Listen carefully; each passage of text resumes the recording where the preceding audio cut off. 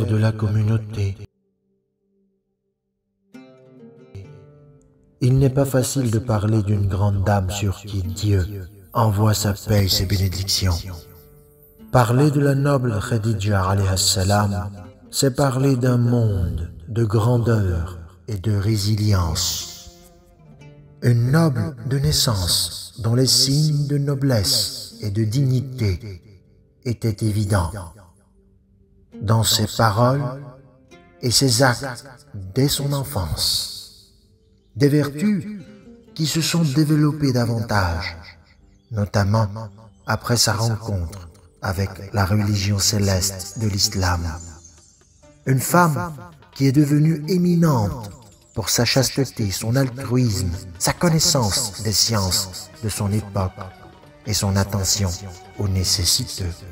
Des qualités qui ont conduit de nombreux notables et dirigeants arabes à envisager l'union avec elle. Cependant, en raison de sa connaissance des vertus spirituelles, de la sincérité et de la fidélité du prophète Mohammed sallallahu alayhi wa sallam, alors qu'il n'avait que 25 ans, elle a signé un pacte de vie commune avec lui.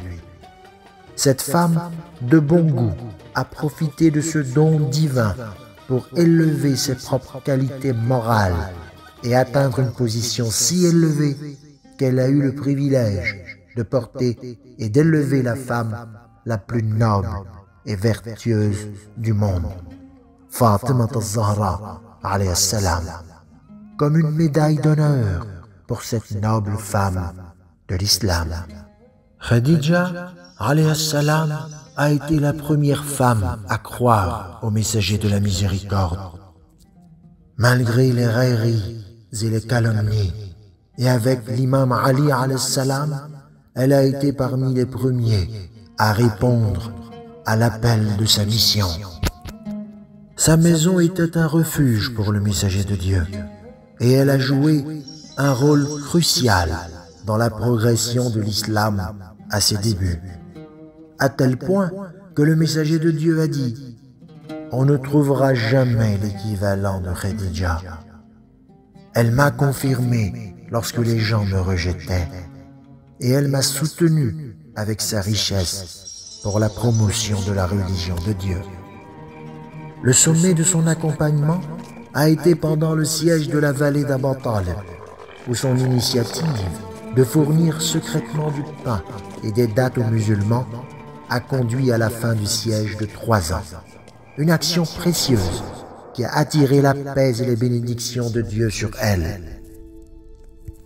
3 ans avant la migration historique du prophète, la mère des croyants est tombée malade et le prophète de la miséricorde est venu la visiter, la consolant et louant son haut rang au paradis en reconnaissance de ses services.